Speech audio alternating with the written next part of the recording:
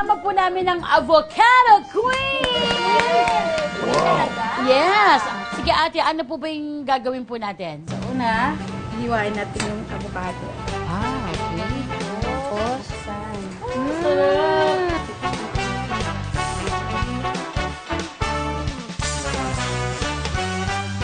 Oh, parang walang laman naman. Wait lang. Kasi nandiyan sa screen yung ano natin. Wala! Sinalat mo lang sa strainer eh. Oh no! Bakit mo kailangan ganyanin? Yun ang process natin sa pagmamash ng avocado. Dapat idaan natin siya sa strainer para yung mga buo-buo hindi maisama. Magiging dito. ano sila. Kaya pala yung naka-display nila na cake, may parang gano'n, no? Yung parang dumi-dumi dun sa, ano, kasi pala, totoong avocado na Avocado ginagamit flavor. nila. So, sobrang nakakatuwa.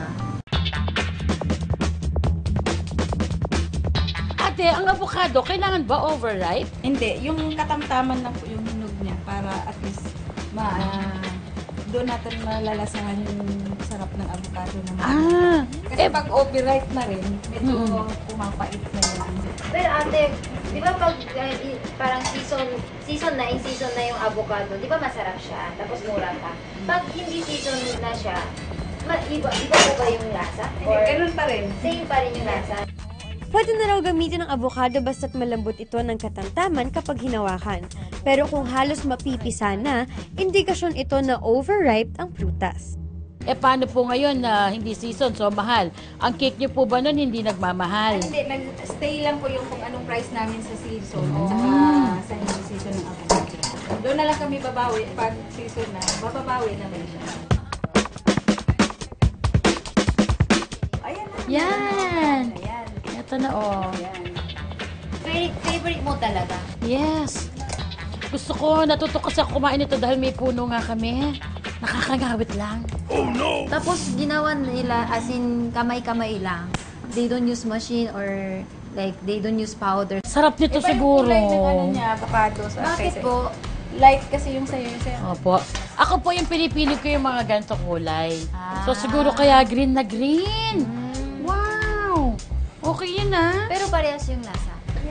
Eh, hindi namin alam na ako pala kinukuha ko yung kulay maroon. Siya pala green. Tapos, nung tapos na kami, nakita namin pareho yung kulay, magkaiba. So, ito na po yung na-mash na avocado.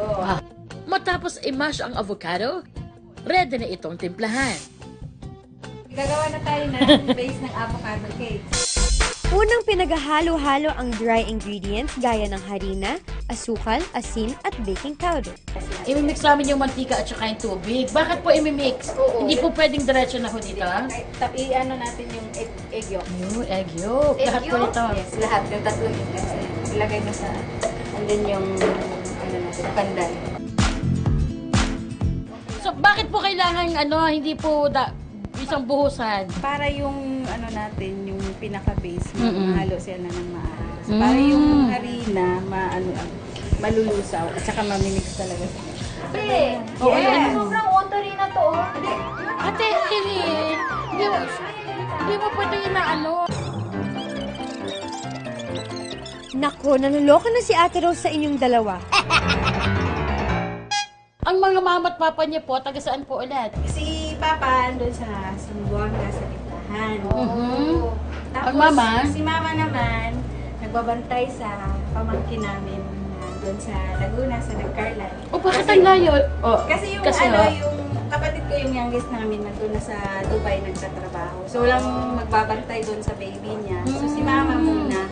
Ay pag day off ko, nandun ako sa sa kanila. Pag may pamasahe ako. So okay, tapos na yan. Alright, so asan na po tayo ngayon, ate? Gagawa na tayo ng egg whites para sa base natin.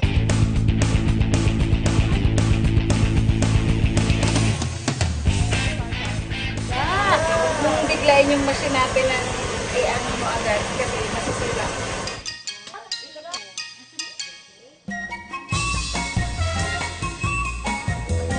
Hindi pwede buo kasi magiging wala na yung foam. So, dapat konti-konti lang. Dapat dahan-dahan lang. Tama, ate. Wow! So beautiful! Okay, so ibibig na po natin ito. Ilang minuto po ang pagbibig? 45 minutes. 45 minutes! Pwede po tayong kumain ng ibang dessert! Ate, Wow, ang sayo nyo naman dyan.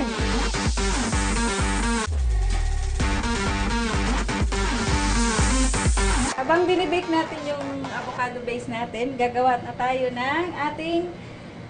Icing! Okay. Kaya mo kamay yan.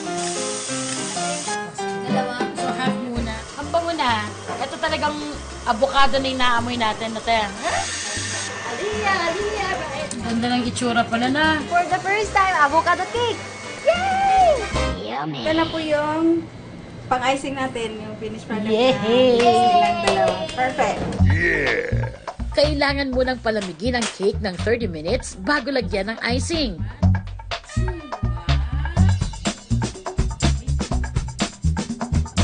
Hala! Oh no! Dapat nag-stick ka na doon! Okay na. O, ikaw. Okay. Ayaw mo ipahalataya. Ang pangit! No! Anong no? Akala ko nasa gitna yung dulo ng knife. Sobrang galing. Pero, ano pala, nagpas na pala siya. Tapos yun na, parang habang umiikot yung cake, tapos hiwalay na yung bread, going down na.